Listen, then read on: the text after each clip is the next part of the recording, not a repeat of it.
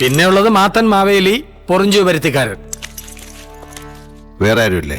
ഇനിയുണ്ട് സാർ, അഹമ്മദ് അലി മാറാത്ത്. അതെ. അറിയാം. പിന്നെ ഇടക്കുന്നം കുഞ്ഞാലി, PT ഇസാ മുഹമ്മദ് ഹാജി. സമുദായത്തിൽ മാത്രമല്ല എല്ലാ തരത്തിലും വലിയ ഇൻഫ്ലുവൻസ് ഉള്ളവരാണ് സാർ ഇവരൊക്കെ.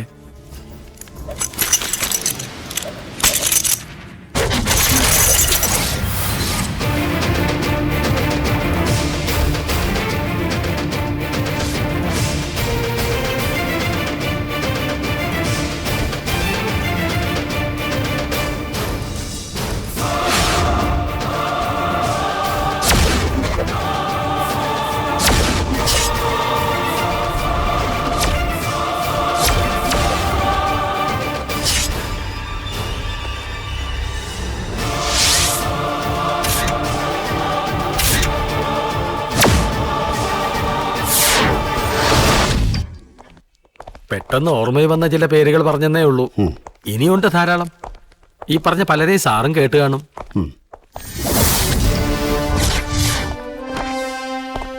ഇനി ഗുണ്ടാ സംഘങ്ങൾ. പുലി മുരുകന്റെയും പുലി അലിയുടെയും ഗ്രൂപ്പുകൾ ദുഷ്ടന്മാരാ. വെട്ടാൻ പറഞ്ഞാ കൊല്ലും, ക്രൂരന്മാർ. പിന്നെ യാർഡ്മണി ഗ്രൂപ്പ്. യാർഡ് മണിയോ? അതെ സർ, റെയിൽവേ മാർഷലിംഗ് യാർഡിലാണ് അവന്റെ കേന്ദ്രം. പിന്നെ ചില ചോട്ടാ ഗ്രൂപ്പുകളൊക്കെ ഉണ്ട്. അവരൊക്കെ വളർന്നോണ്ടിരിക്കുന്നേ ഉള്ളൂ. ആദ്യം കുറെ പേര് പറഞ്ഞില്ലേ പ്രമുഖർ, അവര് പലരുമായി ഇവരുടെയൊക്കെ സ്പോൺസേഴ്സ്. സ്പോൺസർമാരെ ഞാൻ ഡീൽ ചെയ്തോളാം. പുലിയെയും പൂച്ചയെ അറിയിച്ചേക്ക്. ഞാൻ ചീത്തയാകരുത്, എന്നെ ചീത്തയാക്കരുത് എന്ന്. തീർച്ചയായും സർ. സിംഹം ഉള്ളപ്പോ പുലിക്കും പൂച്ചയ്ക്കും ഇവിടെ എന്ത് കാര്യം? മുറ്റ്.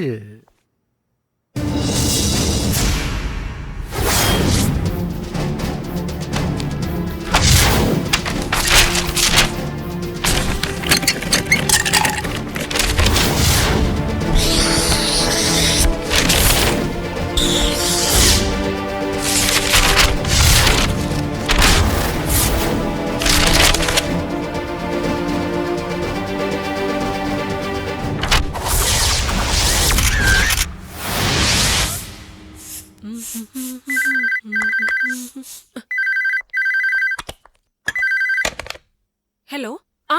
ലത. യാ. എനിക്ക് മനസ്സിലായി. ബട്ട് സീ ലത, എനിക്ക് ഒരു ദിവസം കൂടുതൽ ചെക്ക് ഹോൾഡ് ചെയ്യാൻ പറ്റില്ല.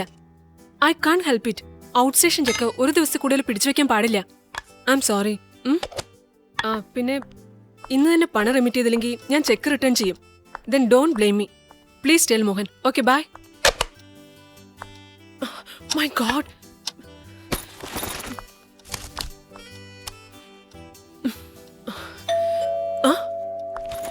സമയമായി. Good morning. തോമസ് ഊട്ടി, ഇതെന്നെ വരവാന്നേ? ഇത്ര പെട്ടെന്ന്? ഇതെന്നെ ഒരു വാക്ക് പോലും പറയാതെ രാവിലെ വിളിച്ചപ്പോ തിരുവനന്തപുരത്താന്ന് പറഞ്ഞിട്ട്? ആ സമയത്ത് ട്രെയിൻ കോട്ടയം വിട്ടായിരുന്നടി. ആണോ? എടി കൊച്ചി, എനിക്ക് ഇങ്ങോട്ട് ട്രാൻസ്ഫർ ആയി. നേരാണോ? കർത്താവേ, ദിസ് ഈസ് ടു മച്ച്. ഇതെന്നെ തോമാച്ചാ നീ നേരത്തെ പറയാഞ്ഞേ? ഇന്നലെ ഇന്ന് നമ്മൾ എത്ര പ്രാവശ്യം സംസാരിച്ചായിരുന്നു? You crazy. ഒരു മിനിറ്റ് കഴിഞ്ഞിരുന്നെങ്കിൽ ഞാൻ വീടും പൂട്ടി പോയനെ. എന്റെ കൊച്ചു ഓഫീസിലേക്കല്ലേ, ബാക്കിയൊക്കെ നമുക്ക് വൈകിട്ട് സംസാരിക്കാം. പിന്നെ ഞാൻ ഇന്ന് ലീവ് എടുത്തോട്ടെ? എന്നാത്തിനാ? വേണ്ട കൊച്ചേ, എനിക്ക് ഇന്ന് തന്നെ ചാർജ് എടുക്കണം. ഞാൻ ഉടനെ പോകും. തൽക്കാലം മോളിച്ചല്ലേ. Okay, by. ബൈ. നിങ്ങൾ പോലീസുകാരൊക്കെ കണക്കാ. നീയല്ലേ പറഞ്ഞത് നിന്റെ ബോസ് കല്യാണി വിളിക്കുന്നു? അങ്ങനെ ഒരു അത്ഭുതം സംഭവിച്ചേ ഇല്ല. മോളിച്ചല്ലേ. കല്യാണി വിളിക്കാത്തതിന്റെ ഒരു കുഴപ്പമുള്ളൂ. ഒന്നുമില്ല, ചുമ്മാ പൊടി.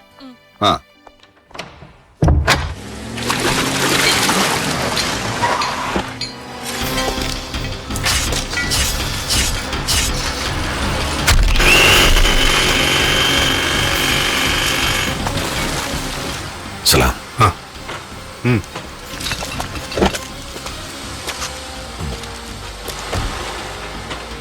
നമസ്കാരം.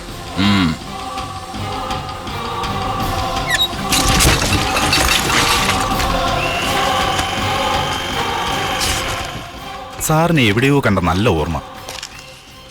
Sir MSN കോളേജിലുണ്ടായിരുന്നോ ലെക്ചറായിട്ട്? ഇല്ല. അപ്പൊ എനിക്കാള് മാറിയതാവും. ഞാൻ ആ കോളേജിൽ കുറച്ചു കാലം ഡ്രൈവറായി ജോലി ചെയ്തിരുന്നു. അപ്പൊ സാറിനെ കണ്ടതുപോലെ തോന്നി, അതുകൊണ്ട് ചോദിച്ചതാ. ഞാൻ ലെക്ചറും അല്ല, MSN കോളേജ് എനിക്ക് അറിയേയില്ല.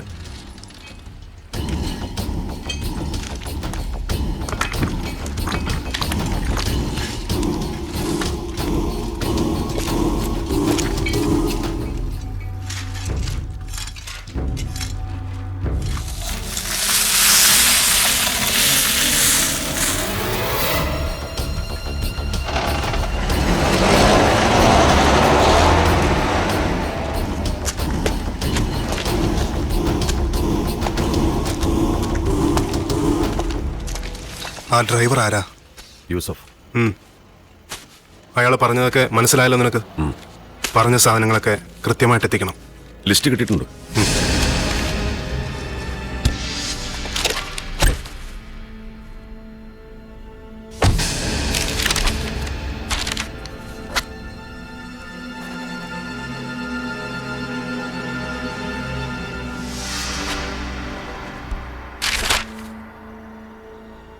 ആ ഡ്രൈവർ ആരാ? അവന് എന്നെ മനസ്സിലായോ? അവനെ വിലയ്ക്ക് വാങ്ങണം.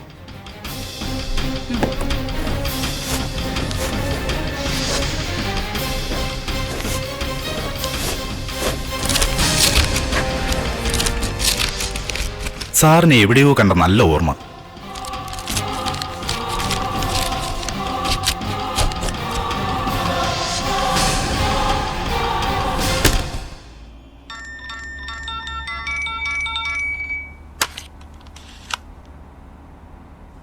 ഹലോ. ആ തോമസ്, എപ്പോ എത്തി? ജോയിൻ ചെയ്തോ? എവിടെ? സിറ്റി ട്രാഫിക് ഓഫീസ്, സാറിന്റെ തൊട്ടടുത്ത ഓഫീസ്. താമസം ഭാര്യയുടെ കൂടെ, അല്ലാതെ എവിടെ പോനാ സാർ? ആ, അമ്മിണി ഇവിടെ ആണല്ലോ. അമ്മിണിയെ ഞാൻ ഇതുവരെ വിളിച്ചില്ല. അതിനുള്ള ചീത്ത കേൾക്കേണ്ടി വരും. How is Kochi sir? Kochi is very hot. Kochi പോലെ തന്നെ സുന്ദരികളായ പെൺകുട്ടികളും.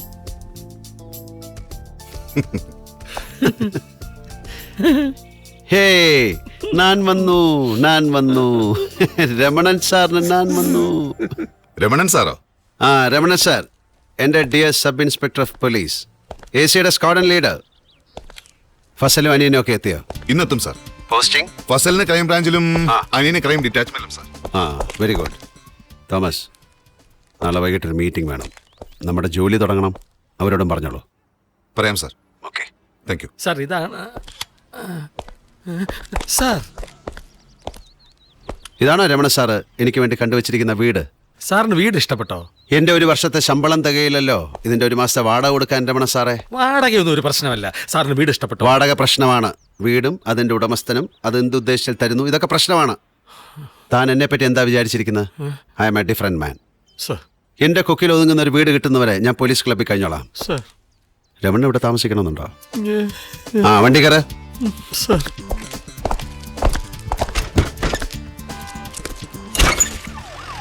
സ്റ്റോപ്പ്.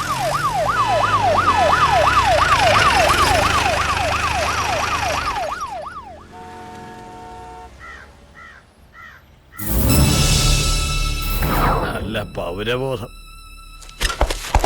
ദോ, ഇങ്ങോട്ട് വന്നേ. സർ, താൻ ആ സൈൻ കണ്ടോടോ? ഇതിന്റെ ഡ്രൈവറോടെ പോയി. ആരുടെ വണ്ടി? അറക്കൽ അശോക് സാറിൻ്റെതാ. ഓഹോ, അശോക് സാർ എങ്ങോട്ടാ പോയത്? ആ ബിൽഡിങ്ങിലേക്ക്. ആ, താ ഒരു കാര്യം ചെയ്യ്. അശോക് സാറിനോട് ഉടനെ വണ്ടി മാറ്റിയിടാൻ പറ. ഞാൻ വന്നപ്പോഴേ പറഞ്ഞതാ സാർ, ആ. നോ പാർക്കിംഗ് ആണ്, വണ്ടി പാർക്ക് ചെയ്യരുതെന്ന്. ആ. കേട്ട പാവം പോലും കാണിക്കാതെ മൂപ്പര് പോയി. സാരമില്ല, താൻ ഒരിക്കൽ കൂടെ ചെന്ന് അദ്ദേഹത്തിനോട് പറ വണ്ടി മാറ്റിയിടാൻ. എടോ, AC പറഞ്ഞെന്ന് പറയടോ. ശരി സാർ. വേണ്ട, സാർ. വണ്ടി അവിടെ തന്നെ കിടക്കട്ടെ. ആ, എന്നാ പിന്നെ കിടക്കട്ടെ സാർ. ഓരോരുത്തർക്കും ഓരോ സ്ഥലത്ത് പോയി ഇരിക്കാൻ കണ്ട നേരം. സാർ, സാർ, സാർ, ഞാനുണ്ട്. സാർ. പാൻ്റൊക്കെ തന്നെ സാർ.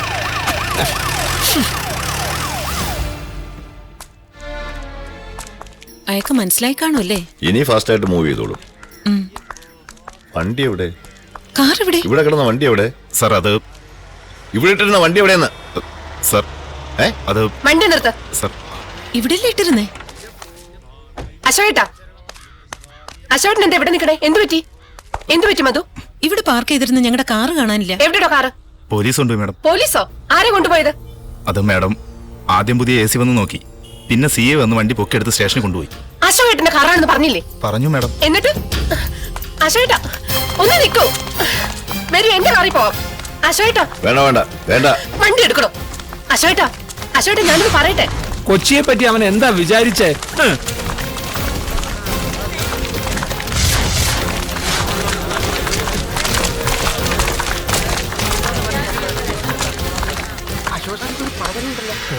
ഇനിയിപ്പോ എന്തൊക്കെ ആകുമെന്തോ.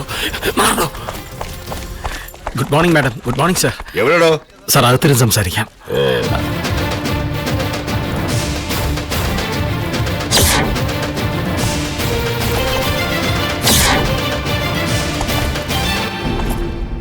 ചാർജ് എടുത്തിട്ട് 3-4 ദിവസമല്ലേ ആയുള്ളൂ. അതിനു മുമ്പ് ഷൈൻ ചെയ്യാൻ തുടങ്ങിയോ?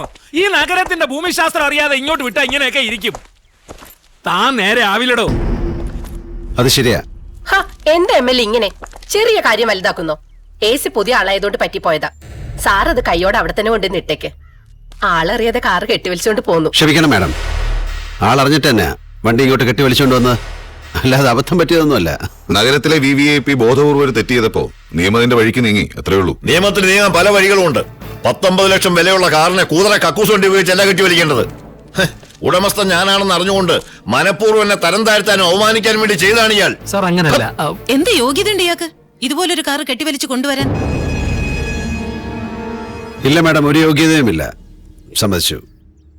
അതുകൊണ്ടാണ് ഇതുപോലൊരു കാറ് കൈകൊണ്ട് തൊട്ട് അശുദ്ധമാക്കാതെ ഇങ്ങനെ പാതി നിലം തൊടാതെ കെട്ടി വലിച്ചു കൊണ്ടുവന്നത്. ഇത് തീർക്കാൻ ഉദ്ദേശമില്ലേ അശോകേട്ടന്? ഇത് തീരാൻ ഇനി എന്താ വേണ്ടത്? ഇതത്ര വലിയ പ്രശ്നമുള്ള കാര്യമൊന്നുമല്ല മാഡം. 50 ലക്ഷം രൂപ വില മതിക്കുന്ന ഈ കാറിന് ഞാനിപ്പോൾ ഇട്ടിരിക്കുന്ന വില 50 രൂപയാണ്. Just 50 rupees. ആ 50 രൂപ പിഴ അടച്ച് ഈ കാർ എടുത്തോണ്ട് പോയിക്കോട്ടെ അല്ലേ തോമസ്? അതെ സാർ, ട്രാഫിക് റൂൾ തെറ്റിച്ചൊരു പിഴ. പണം അടച്ച് റെസിറ്റും കൊടുത്ത് പറഞ്ഞുവിട്. ചില്ലി കാശ് നടക്കില്ല. ഇവിടെ കിടന്ന് തുരുമ്പെടുത്താലും കത്തി ചാമ്പലായാലും ശരി, ഞാനിനി ഇത് കൈകൊണ്ടുവിടില്ല. അശോകേട്ട എന്തേ? ആരാങ്ങോട്ട്? പൊട്ടിയില്ല. ഈ ഉണക്ക കമ്പ് കൊണ്ട് അടിച്ചാലൊന്നും സായിപ്പിന്റെ ഗ്ലാസ് പൊട്ടില്ല. ഇത് വെച്ച് ഇതുപോലെ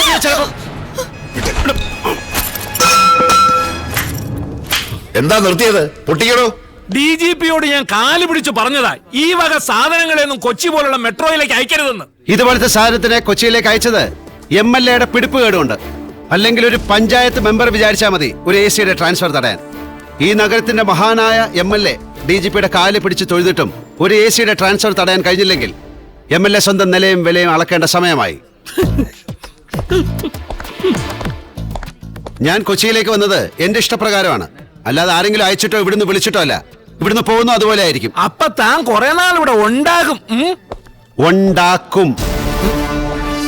മാഡം, 50 രൂപ പിഴ അടിച്ചിട്ട് സാറിനോട് വണ്ടി എടുത്തോണ്ടോ പറ.